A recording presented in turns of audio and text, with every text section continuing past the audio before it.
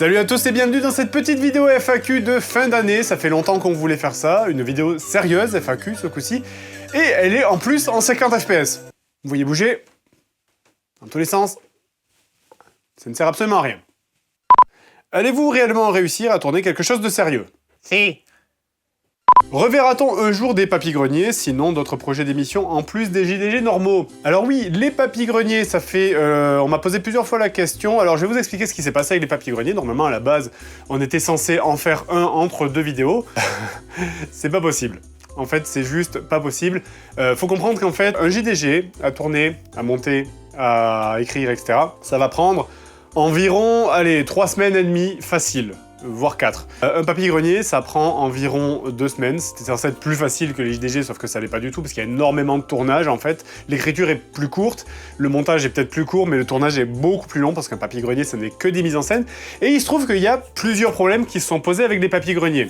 Le premier problème, c'est qu'en fait, on s'est aperçu que ce sont des vidéos extrêmement référencées. Si t'as pas joué au jeu, eh ben souvent, tu comprends pas les vannes. Si t'as pas joué à GoldenEye 64, ce qui me semblait impossible il y a quelques années, mais qui de plus en plus, je rencontre des gens qui n'ont jamais joué à GoldenEye, par exemple, quand tu vois Seb faire une roulade, tu vois Seb faire une roulade, tu comprends pas la référence au jeu. Et aussi, c'est pour ça, du coup, par exemple, il y a beaucoup de gens qui me citaient l'exemple du papy-grenier sur Pokémon, qui était censé être le meilleur, etc., alors que les autres étaient moins bien.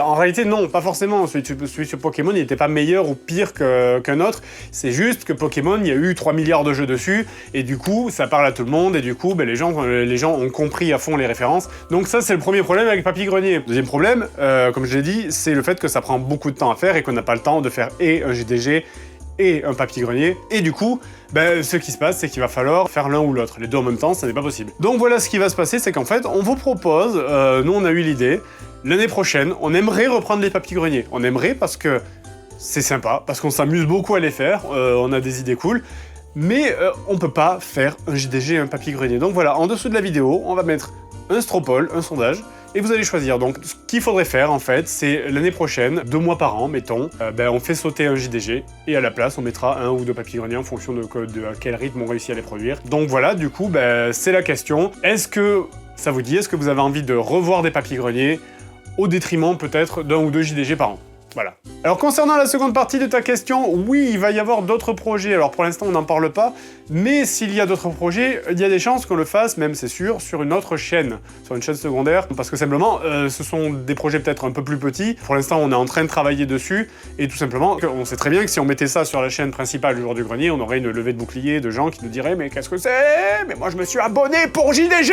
C'est pour ça qu'on va très certainement créer une deuxième chaîne, où dessus il y aura nos autres projets, mais aussi des projets moins aboutis, parce que par exemple on a une chaîne de stream, du coup vous pourrez voir les replays de la chaîne de stream, enfin voilà. Donc ça sera un peu une chaîne où on va tester des trucs, mais aussi une chaîne un peu fourre-tout, où on mettra tout ce qu'on ne peut pas mettre sur la chaîne JDG. Est-ce qu'il y a un ancien épisode que tu aimerais refaire? Si tu le pouvais, si oui, lequel et pourquoi? Je pense que ouais, je serais assez d'accord avec... Il va fermer ce chat, putain! Oh, c'est pas grave. Oui, je pense qu'avec Fred, on est d'accord sur le même épisode. Je pense que c'est le premier, c'est pas exactement le premier, mais ça fait partie des 2 premiers qui sont sortis en même temps sur la chaîne. C'est-à-dire Les Chevaliers du Zodiac, Senseiya, qui est sorti sur NES. Parce que voilà, depuis, avec toute l'évolution qu'il y a eu dans le Joueur du Grenier, autant au niveau de l'acting, de la technique, des effets spéciaux, tout ça, il y a tellement de matière de faire un épisode déjà plus long, parce que je crois qu'il faisait 7 ou 8 minutes. Enfin voilà, c'est comme les premiers épisodes qui étaient sortis, ils étaient assez courts. Et on n'allait pas à fond dans le délire. On avait fait un petit peu un brin de mise en scène, mais c'était un peu l'épisode laboratoire, on testait des trucs. Et franchement, ouais, non, on ferait un truc maintenant Senseiya, mais on pourrait se faire tellement plaisir. Surtout que voilà, à travers les conventions, le fait de se déplacer dans toute la France, on a rencontré les doubleurs officiels, enfin pas tous, mais certains doubleurs de la série originale de 87. Et donc voilà, vu qu'on est très fan de Senseiya, de tout ce qui a été fait autour, tout ça, enfin voilà, il y a tellement de choses qu'on pourrait développer à travers un JDG et qu'on pourrait faire maintenant avec nos moyens actuels. Donc voilà, s'il y a moyen de faire un épisode un peu remake, ça serait très cool de faire celui-là. Avez-vous déjà pensé à changer l'intro? Non. Pourquoi? Parce que l'intro finalement elle fait rire parce qu'elle est complètement déconnectée du reste. Je veux dire, entre le moment où on a tourné l'intro on l'a tourné il y a 5 ans. Même il y a 5 ans et demi. On l'a tourné en 360p, la HD ça n'existait même pas. Les caméras HD n'existaient pas encore à l'époque, en tout cas pas en grand public. Et du coup, elle est complètement anachronique. J'ai déménagé 2 fois, enfin 3 fois même, entre-temps, depuis qu'on a tourné l'intro. J'ai perdu 50 kilos, enfin c'est n'importe quoi. Et puis bon, non, on va pas la changer. J'ai le sentiment que quelque chose changerait si on changeait l'intro. J'ai l'impression que ça casserait un truc, du coup, non. Mais c'est surtout parce que j'ai la flemme. N'as-tu pas eu peur que ta perte de poids puisse plomber ton personnage auprès de certains viewers? Alors, comme vous l'avez peut-être remarqué, j'ai effectivement perdu un peu de poids depuis quelques temps. Maintenant, j'avoue que je me suis absolument pas posé la question, simplement parce que c'est personnel, ce genre de questions, hein, et puis simplement, j'avais peut-être pas envie de mourir à 45 ans juste pour vous faire rire. Après, je comprends, c'est vrai qu'il y avait un côté nounours, un peu, quand j'étais plus rond, mais bon, voilà, hein, c'est une question de santé aussi, il faut comprendre qu'avant, j'étais en obésité morbide, ce qui est pas forcément la meilleure des trucs à faire, même si c'est extrêmement drôle, je suis d'accord. Allez-vous commencer les projets que vous avez prévus, comme celui sur le cinéma de Seb? Vous les faire? J'ai tellement lu, comme... Alors bah écoute, merci pour ta question, parce que je sais plus où c'est que j'en ai parlé déjà, mais enfin en tout cas voilà, c'est vraiment un projet qui me tient à cœur d'avoir une petite émission Cinoche. Comme l'a dit Fred, c'est peut-être sur la future chaîne qui va exister, on va essayer de développer ça.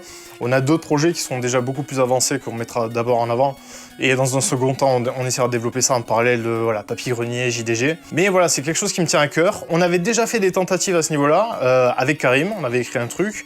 On avait fait même 2 tentatives, un truc audio puis un truc construit un peu à la manière d'un JDG avec des sketchs puis une version plateau. Et bon, ça n'a pas abouti, mais le script était plutôt drôle, donc je sais pas si on va le ressortir du placard ou si on partira dans une nouvelle direction, je sais pas du tout. Enfin, en tout cas, je réfléchis à beaucoup d'idées, voilà, je suis en train ça bouillonne dans ma tête, voilà, j'ai envie de faire plein de choses rapport au Cinoche, et donc je sais pas quand c'est que ça verra le jour, mais voilà, je compte faire ça dans un futur proche. Pourquoi ça devient moins bon qu'avant? Alors je suis content de pouvoir répondre à cette question parce que je vois des gens des fois qui disent ça. Il se trouve que des gens donc disent c'était mieux avant les épisodes de JDG. Ça a changé, c'est plus pareil, c'est plus comme avant.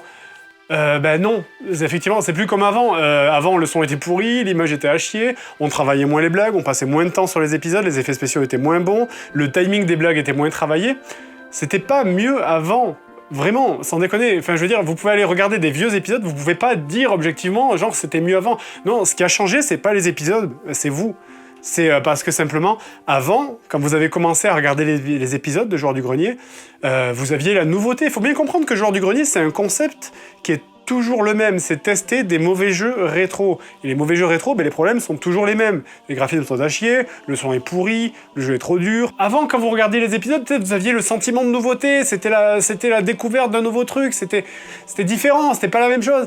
Et au bout de 50 épisodes, forcément, la nouveauté disparaît. Hein, et ça, le sentiment de nouveauté, la sensation de découvrir quelque chose d'autre, je peux pas vous le rendre. Je peux pas vous le rendre et on pourra travailler les épisodes, on pourra passer des mois sur chacun des épisodes, personne ne pourra vous le rendre. Après oui, évidemment, je dis pas, il y a des vidéos qui sont meilleures que d'autres, il y a des vidéos où on est plus inspiré que d'autres, il y a des blagues qui marchent mieux que d'autres, c'est vrai, mais comprenez qu'on ne bâcle jamais une vidéo. On travaille toujours nos vidéos à fond et on ne la sort que quand on se dit « là ça va, c'est bon, elle nous fait rire nous-mêmes, donc on espère que ça fera rire les gens. » Après aussi, on voit des trucs du genre « oui, mais moi je préfère quand il y a du test, moi je préfère quand il y a de la mise en scène, il faudrait que tu fasses un épisode plus comme ça. » D'autres qui disent « mais moi je le veux plus comme ça. » Ouais, mais comprenez que vous êtes 2 millions à regarder, on peut pas faire des épisodes à la carte, on peut pas faire un épisode par personne, ça n'est pas possible. Concernant les mises en scène, parce qu'il y a des gens qui n'aiment pas ça, les mises en scène, c'est important que les épisodes nous plaisent à nous aussi, parce que si on faisait les vidéos que pour vous, ça voudrait dire que genre on s'en fout de ce qu'on fait en fait, qu'on en a plus rien à faire et que vraiment c'est genre allez, c'est juste le moyen d'avoir notre salaire à la fin du mois et qu'on s'en fiche. Non, c'est pas ça, on fait pas, c'est pas ça les épisodes JDG, on fait pas ça juste pour avoir notre salaire. Ça nous plaît ce qu'on fait, comprenez qu'on adore ce qu'on fait vraiment, on essaye de s'amuser en faisant ce qu'on fait et il y a peu de gens qui ont la chance de s'amuser dans leur travail et du coup c'est important que les épisodes nous plaisent à nous aussi. Et mettre un petit peu de fiction dedans, mettre de la mise en scène, tout ça, ça sert aussi à faire en sorte que les épisodes soient tous différents les uns des autres, parce que si on enlevait la mise en scène, les épisodes seraient tous les mêmes. Ça serait tout le temps la même chose, et au bout de 20 épisodes, on en aurait eu plein le cul, parce que ça aurait été vraiment tout le temps la même chose, copier-coller d'un épisode sur l'autre, avec juste le titre du jeu qui change.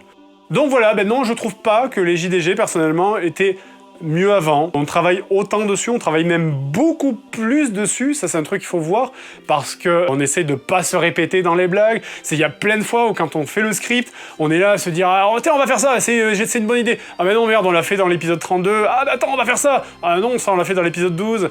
Ah. Du coup, ben, on fait ce qu'on peut. Si des fois ça vous plaît pas, on est désolé. Mais croyez-moi, je trouve pas que c'était mieux avant.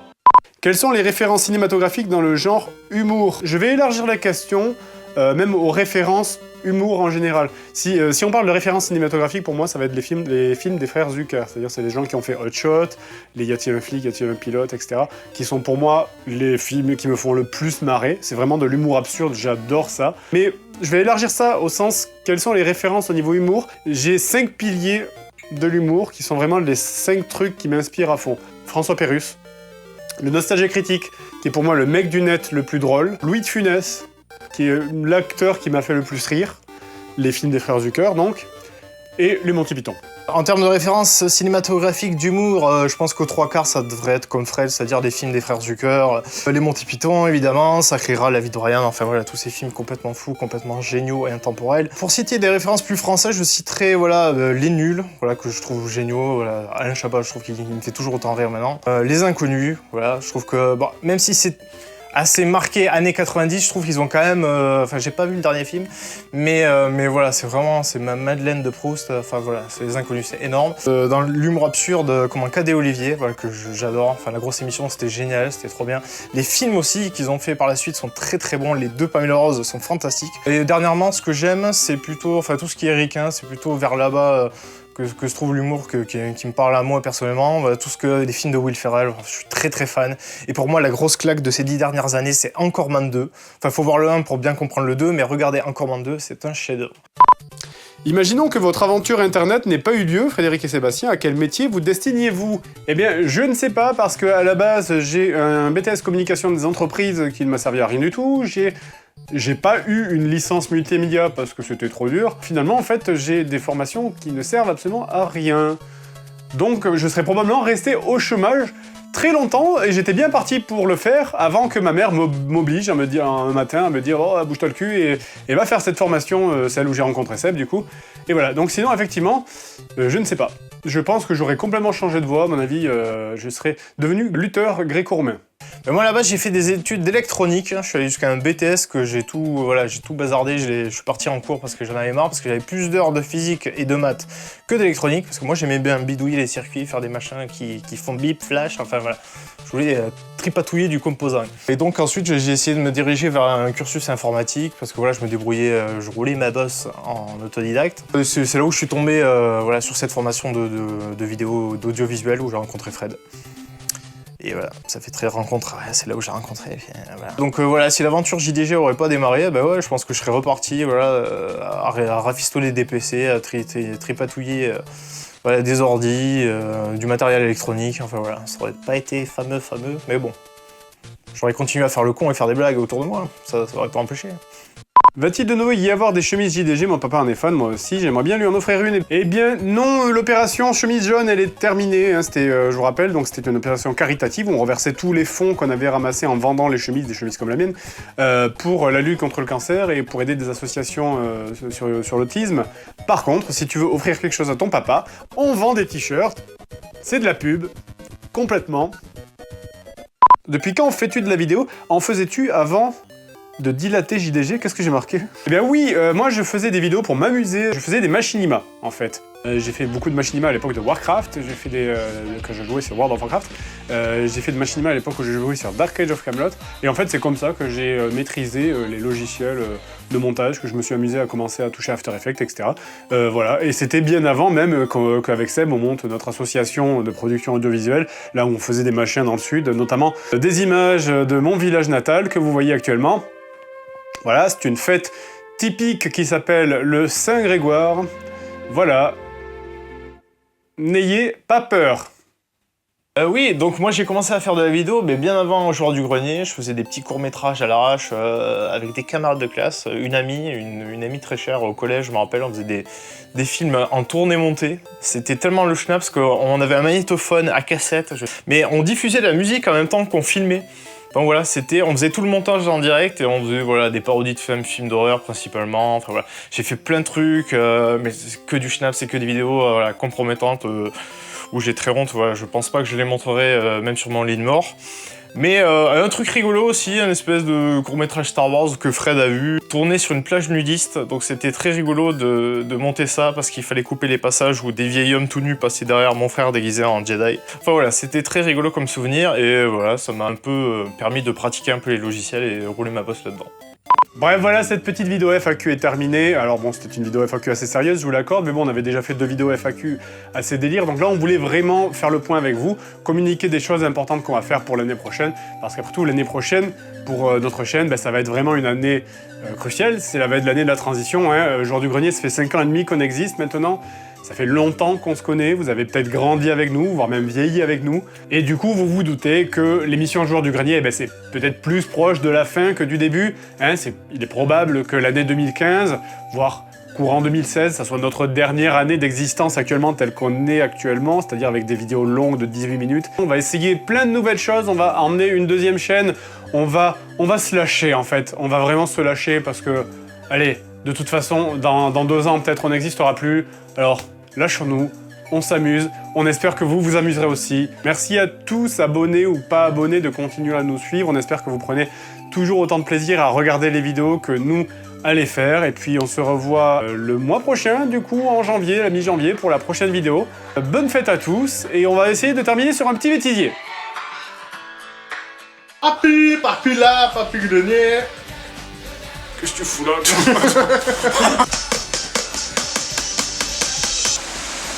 Ça y est, on est arrivé. Allez, je vois que dalle.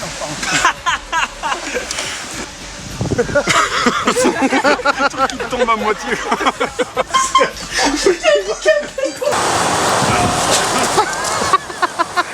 C'est parfait. Là, ça va être bon. Comme il veut être ailleurs, quoi. J'étais sûr. Ça va? Bon, j'ai rien du tout. Pendant que vous tournez... Toi, tu devrais aller voir un orthophoniste. Exactement.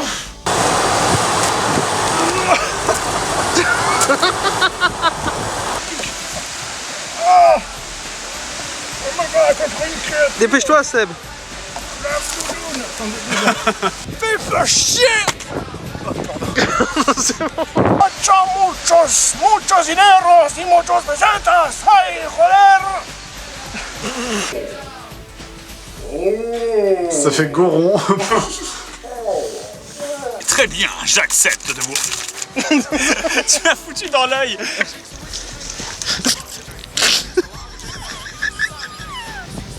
Ou la merde.